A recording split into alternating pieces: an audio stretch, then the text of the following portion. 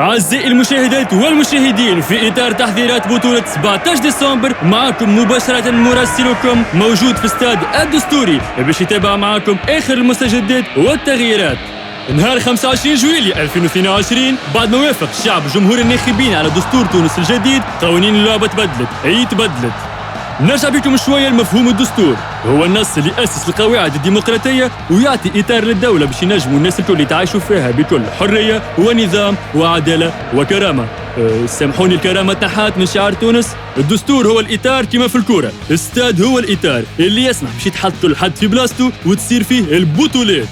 إذا ورايا هون الجمهور هو الشعب اللي قرر ينتخب شكون؟ ينتخب بصفة مباشرة رئيس الجمهورية، اللي تنجم تقول المدرب متاع المنتخب الوطني الحكومة، هو اللي يعين الكابيتان وفريقه. رئيس الحكومة هو الوزراء، وهو المسؤول على الوظيفة التنفيذية كاملة، وحد ما ينجم يتدخل في السلطة متاعه وفي قراراته، وهو المسيطر عامة على النظام السياسي.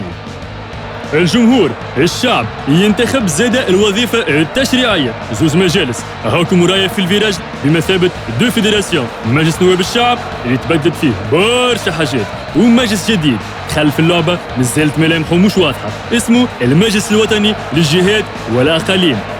وكما في كل لعبة فما حكم اسمه القضاء، وحكم اسمه المحكمة الدستورية، وعندنا حكم للانتخابات اسمه إيزي.